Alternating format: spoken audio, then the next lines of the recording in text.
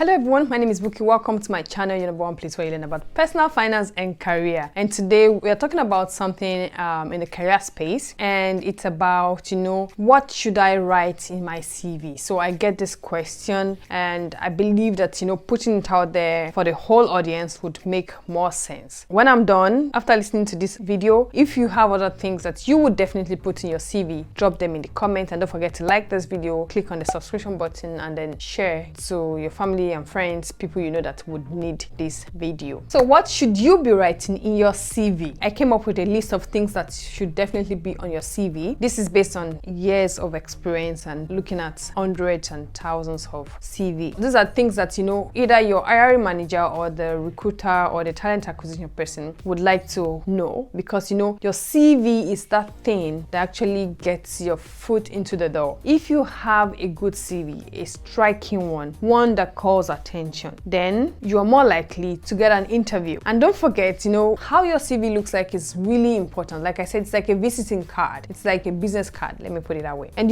we humans, we have like 30 seconds of attention span, which means your CV should be able to do that job of catching the attention of whoever is going to read it, whether again it's the hiring manager or the recruiter or the talent acquisition person. So that CV has to be able to be powerful enough to overcome that 30% attention span that we humans have. All right, so without much ado, let's just take a quick deep dive into the topic. All right, so the first thing that you would definitely want to make sure that it is not missing in your CV. This might sound ridiculous, but trust me, there are people out there who have resumes or CVs without contact address. Even if you don't have an house address, you can just put your email or your phone number, because it could be that they want to easily call you to schedule an interview with you, or they want to send you an interview invite. So you want to have one of those two to be able to have a chance at all. Because if I cannot see your contact address on your CV, so what exactly are we talking about? So that is the first thing you want to do. So make sure that your contact address is legible enough with the right fonts, a very clear font, and at a place that is quite strategic, that it is not missing. They don't have to start looking for it anywhere. And that's why most times you see people putting their contact address anywhere at the head note or at the footnote where it's easily accessible. So that's the first thing you want to do. The second thing you want to be writing in your CV would be your experience. Your experience is really, really important. And that's because they want to know, these days is about, actually more emphasis is being placed on what kind of experience do you have, right? Whether formal or informal. So whether it's informal or formal, whether you went to school for it or you did not, make sure that experience is there. And that experience should be something that is related to the position you are targeting. So that's the second thing. The third thing would be, of course, your education. So if you're lucky, you went to college, you went to the university, fine, put it there, right? It doesn't matter whether that what you studied in the college or in the school is what you're applying for. It doesn't matter, right? What matters is that, okay, at some point you went to school, right? Because then if you didn't go to school, then they might ask you, so what were you doing at that point in time? Because then you have a space of some years that you are not able to account for. So you want to put in your school, the name of your school, the course you studied there. So you want to have that in that space. So the fourth thing you want to be doing is, when you are writing the experience, you want to be sure that you are not describing your task, right? You're not writing it in terms of the activities you did. You want to look at putting it very concrete in terms of the results. You formulate those sentences to reflect the results you achieved and not necessarily the activities you did, because at the end of the day, what counts is what was the result. So that is the fourth thing you want to be looking at. Another thing you want to be looking at is that you want to quantify. Yes, you want to quantify your results. You can say, okay, I increased sales by 20%, which is like a classical one, or I reduced the cost of production with 5%, or I reduced the cost of production with 1%, or the turnover for so product became this and that, or I reduced the time to hire from 5 weeks to 3 weeks. Find a way to always quantify your results and put that figure in that CV, because the eyes is beholden to figures. We're able to quickly pick up the figures better than pick wordings, because sometimes the wordings can be too long. Again, it goes back to the attention span of the people. So while you're writing that experience, right, because you are going to describe the results that you mentioned that you achieved, make sure that you are having keywords related to the new position that you're applying for in that experience, which means that for every CV you're sending out for different positions, you are looking at your CV to be sure that, okay, it's actually fitting into the new position. And how do you do that? Find a way of inserting keywords into it. Formulate your sentences around the keywords, and that is how you're able to get results. Because for example,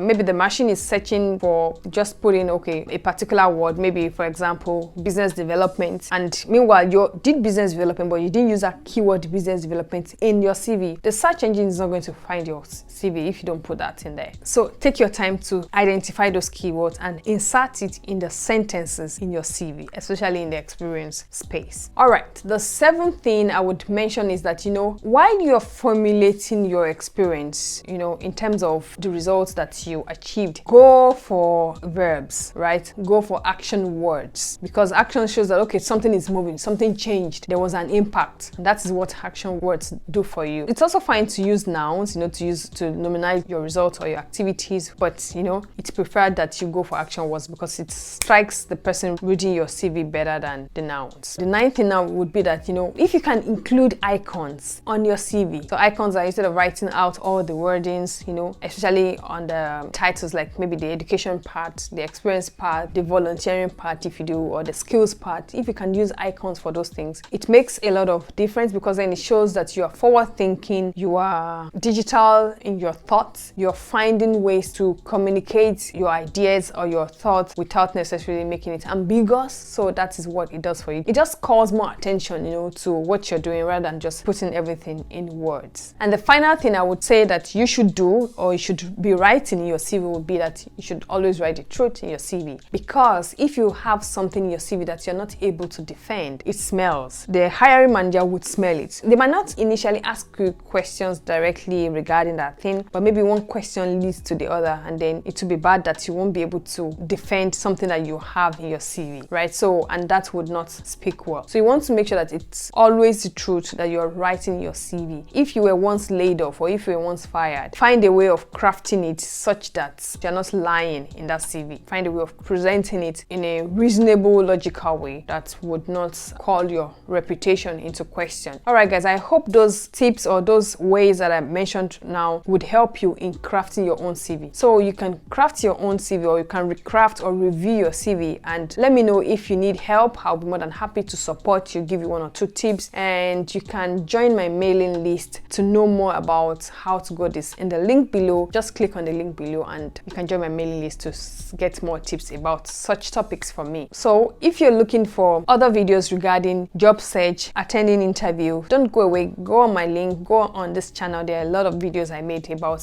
how to ace interviews, what are the questions you should be asking, how to answer questions like what's your salary expectation, and other questions. And if there's anything that you want me to talk about, especially regarding job search, career development, ask your question. I would pick it up and then contact you. I would see you again in my next video. Bye bye.